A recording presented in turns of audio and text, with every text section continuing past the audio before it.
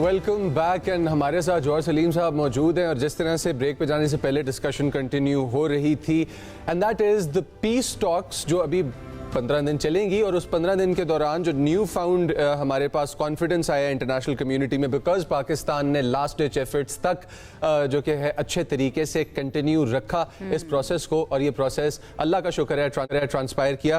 Question लेके जाते हैं डॉक्टर जौहर सलीम साहब के पास। सर अब मुझे ये बताएं कि आपने हमेशा जो अपना रिव्यू दिया है वो एक बड़ा संभला हुआ बड़ा एजुकेटेड सा आपका जो कि है ना वो रिव्यू आता है सिचुएशंस के बारे में। How intense is the situation as of current? जी बिल्कुल देखें, एक सिचुएशन थी जो बिल्कुल तबाही के दहाने पे जारी थी। सारे फ्रीकैन जो है इस वक्त उनके लिए ये बेशक वो खलीजी ममालिक थे, ईरान था या अमेरिका, सिर्फ इजराइल था जो इससे खुश था, जो एक प्रोट्रैक्टेड वॉर चाहता था क्योंकि उनको 30 साल के बाद ये मौका मिल रहा है बार बार ईरान पे अटैक करने का, क्योंकि वो बेशुमार बार वो कोशिश कर चुके थे पिछले सदूर के साथ, वो कामयाब नहीं हुई, अब आके कामयाब हुई।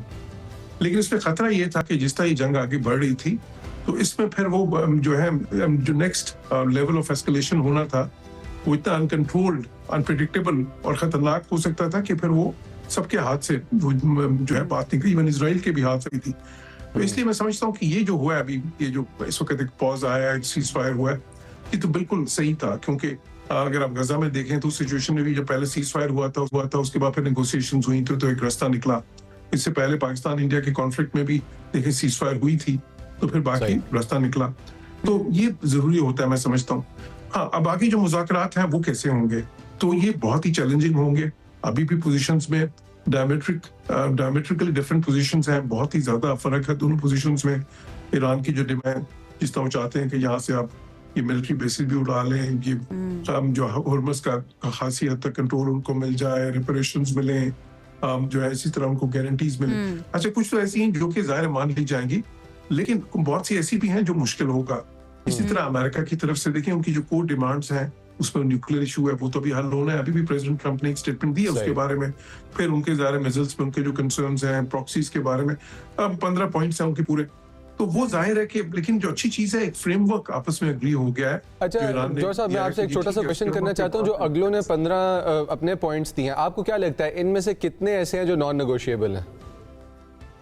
ठीक है, मैं समझता हूँ जो अमेरिका के पर्सपेक्टिव से जो नॉन नेगोशिएबल होगा वो प्राइमरीली वो जो न्यूक्लियर पॉइंट का जो इशू है वो नॉन नेगोशिएबल होगा। और ईरान भी नॉन नेगोशिएबल कहता है अपने न्यूक्लियर प्रोग्राम को।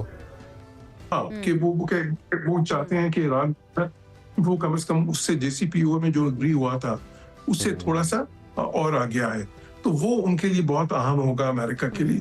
बाकी मैं समझता हूँ बहुत से पॉइंट्स पे वो जो थोड़ा लचक दिखा सकते हैं, शायद मिसाइल्स वाले पॉइंट पे भी लचक दिखाएं, प्रॉक्सीज वाले पॉइंट पे भी कुछ लचक दिखा सकते हैं। बाकी भी जो है फिर देखें वो कैरेट एंड स्टिक है ना जी, उनकी तरफ से फिर कैरेट्स भी तो हैं कि सैंक्शंस लिफ्ट करेंगे, ईरान से दोबारा से इकोनॉमिक कोऑपरेशन अमेरिका शुरू करेगा, ईरान जो है ग्लोबल जो इस वक्त जो एक इकोनॉमिक सिस्टम है उसमें वापस उस लूप में पूरी तरह से आएगा।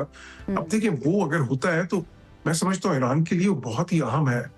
एक ऐसा मुल्क जिसकी जो नेचुरल रिसोर्सेज हैं दुनिया में शायद सबसे ज्यादा है, बिकॉज सऊदी अरब के पास तो सिर्फ तेल है, ईरान के पास तो तेल भी है और गैस भी है, दोनों ही के ज़खायर दुनिया में ज्यादा जो जारी बात है, with business comes power से they were able to survive इतनी sanctions के बावजूद। थैंक यू सो मच जौहर साहब, हमें ज्वाइन करने और अपना कीमती एनालिसिस हमारे सामने रखने के लिए। भाई अबाउट टाइम मुझे ऐसा लगता है कि वो जो ग्रेटर इजराइल की बात की जाती थी ना पहले, सिर्फ उसको सिर्फ बहुत इजी लिया जाता था, वो एक्चुअली करते हुए जा रहे हैं। और उसके अंदर जो उनका बड़ा प्लान है उसमें सऊदी अरब का बड़ा हिस्सा भी शामिल है, उसमें इजिप्ट भी शामिल है, उसके अंदर जो दीगर ममालिक है वो भी शामिल है। तो लेट्स सी कि क्या बनता है ग्रेटर इजराइल का एंड इन टॉक्स का। और पाकिस्तान के लिए एक मॉरल विन है, अखलाकी जीत हम कह सकते हैं, वो हमें लेनी चाहिए।